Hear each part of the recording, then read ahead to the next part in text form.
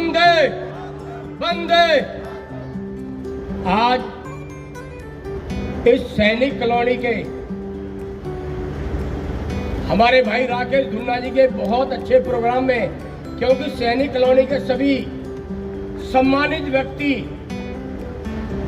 आज इस हमारे फरीदाबाद के लोकप्रिय सांसद एवं देश के यशस्वी प्रधानमंत्री के चहेते चौधरी कृष्णपाल गुर्जर जी के सम्मान में आप लोग आए हैं।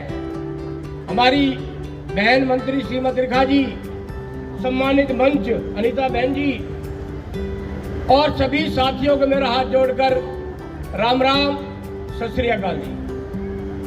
अभी पहले से मेरे साथी बोल रहे थे, मैं आप लोगों से एक बात पूछना चाहता हूं कि आप में से कितने लोग ऐसे हैं जिन्होंने राम मंदिर के दर्शन कर लिए, रामलला के। मेरी आपसे विनती है कि राम तो उनसे ऐसा रहना कि उनसे आंख मिलाते समय हमें आंख चुरानी ना पड़े, क्योंकि जिस हमारे यशस्वी प्रधानमंत्री जी ने 550 साल के बाद भगवान राम को लाए हैं, तो ऐसा ना हो कि हमें नजरें झुकानी पड़े, हम तो आपकी वोट ही ना डाल करें। साथियों, ये जो चुनाव है लोकसभा का, ये माननीय मंत्री जी का या दूसरी पार्टियों का नहीं है, ये इस देश के भविष्य का चुनाव है, ये इस लोकतंत्र का चुनाव है।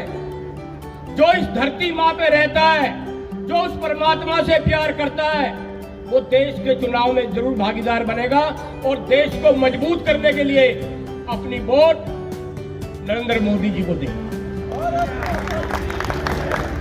साथियों, मैंने यहाँ 2014 का सैनिक कॉलोनी देखी है, 2019 की भी देखी है। मैं यहाँ से चुनाव लड़ा हूँ। लोग हमें कहते थे हम तो जा रहे हैं खाली करके, मत भाई क्यों? क्योंकि सैनिक कॉलोनी में एक ही परिवार कर रहा है, किसी के प्लॉट को खाली करा दे, किसी के प्लॉट को नकली बेच दे, यहाँ तो किसी और का प्लॉट बनने ही नहीं देते। यहाँ के लोगों को इतना प्रताड़ित किया जाता था मंत्री जी कि यहाँ पर 1500 रुपए का टैंकर मंगाकर लोग गुजारा करते थे। 15-15 दिन पानी नहीं आने दिया जाता था, उनके पानी को काट दिया जाता था। मंत्री जी सत्ता में आए, हमारी बटकल विधानसभा की विधायिका जी आए और हमारे मंत्री जी ने जब इस फरीदाबाद को स्मार्ट सिटी बनाया, इस सैनिक कॉलोनी की सारी समस्याओं को दूर किया। आज लोग जब सड़क पर घूमते हैं तो कहते हैं अब धूल नहीं है यहाँ। सभी फरीदाबाद की 9 विधानसभाओं का मंत्री जी ने एक समान विकास कराया, किसी का भेदभाव नहीं किया है। मगर यहाँ के NIT 86 के विधायक ने, जिसने आपने भी सुना होगा, नौटंकीबाज विधायक, कभी वो क्या करता था, चप्पल उतार दी 6 महीने के लिए। जब उसको हरियाणा सरकार ने सर्वश्रेष्ठ विधायक का नाम दिया, ऐसे आज जैसे कोई बैंड बाजे तो दूल्हा रहा हो। उसके 2 महीने बाद ही सरकार को ब्लैकमेल करता है, फिर कभी कुर्ता उतार देता है, कभी वैसे कपड़े पहनता है। अब पीछे क्या किया, कफन ही पहन लिया। सरकार को गुमराह करने का तरीका, अपने पाप को छुपाने का तरीका, क्योंकि 2009 से पहले का भी हिसाब नहीं लिया सरकार ने। जब 2009 में वो आए थे पहले, उससे उसका हिसाब नहीं लिया। मंत्री जी, मैं आपको बताना चाहता हूं, मेरी बात को बुरा तो माने ना, 5 फार्म 10 एकड़ के सुरईखोरी में, 5 नंबर में नर्सिंग होम, 10 प्लॉट 2009 से पहले कहां थे? इस फरीदाबाद को लूट करके इन्होंने, पूरे परिवार ने फरीदाबाद को लूटा है। कि अगर इस फरीदाबाद में सबसे बड़ा भ्रष्टाचारी है तो NIT के विधायक का परिवार है। मैं मंत्री जी से एक प्रार्थना करूंगा, 5 जून को, 4 जून को वोटिंग है, गिनती है। मेरी विनती है कि जिसने भी, मोदी जी ने जो कहा है, जिसने भी इस देश का, पब्लिक का, यहाँ के लोगों का पैसा खाया है, उसको पाई पाई का हिसाब देना पड़ेगा। साथियों, मैं आम आदमी पार्टी में था, हमने एक भ्रष्टाचार के विरुद्ध उस पार्टी को ज्वाइन किया था, भाई ये भ्रष्टाचार के खिलाफ आवाज उठाती है। जब हमने देखा कि ये भी कांग्रेस में मिल गए, उन्हीं को समर्थन कर रहे हैं, हमने कहा हमसे नहीं देखा जाएगा। वो तो पहले बेईमान 75 साल से लूट रहे देश को, फिर लूटेंगे इनके साथ मिलकर के। हमने छोड़ दिया। हमने कहा हम मोदी जी का जो राष्ट्र, जो देश को विकसित राष्ट्र बनाने का सपना है, क्यों ना हम जीते जी उसमें अपनी आहुति डाल जाए। तो मोदी जी की जो गारंटी है, जो इस देश को विकसित राष्ट्र बनाने की गारंटी है, वो आप लोगों के हाथ में है।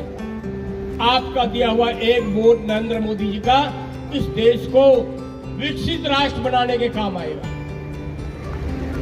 और जो इन लोगों ने बेईमानी की है, जो लोग जा रहे हैं, जो आ रहे हैं, और जिनका भी आगे नंबर है, जिन्होंने इस फरीदाबाद को लूटा है, जो विधायक अपने आप को ईमानदार घोषित करते हैं, अभी तो उनकी संपत्ति की जांच होनी है, सारे फार्मों की जांच होनी है, सारे नर्सिंग होमों की जांच होनी है, सारे होटलों की जांच होनी है, सारे प्लॉटों की जांच होनी है। जब पता पड़ेगा कि कफन पहनेगा या जूता उतारेगा।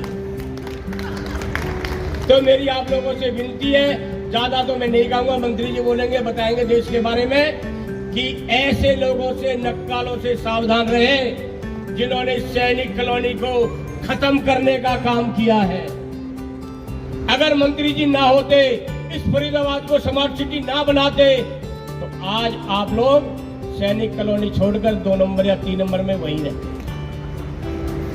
हमें तो आभार ही है, हमें कृष्ण रूप ही भगवान का रूप मिला है, जिन्होंने इस फरीदाबाद को संवारने का काम किया है।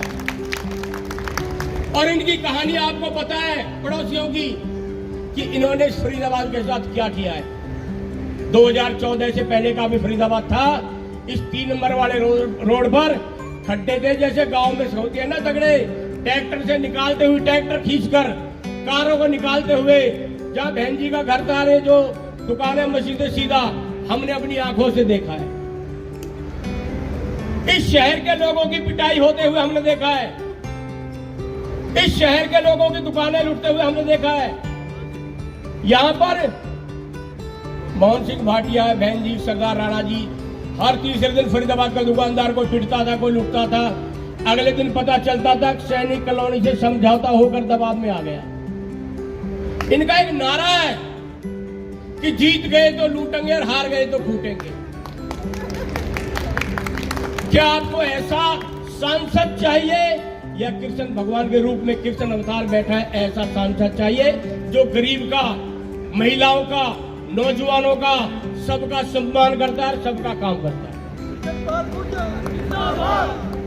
तो मेरी आप लोगों से विनती है, आने वाली 25 तारीख को मोदी जी को तीसरी बार देश का प्रधानमंत्री बनाने के लिए फूल के सामने वाला बटन दबाकर ऐसा योगदान दे अपने देश की तरक्की में, जो हमारा देश सभी देशों को पीछे छोड़कर आगे चले जाए।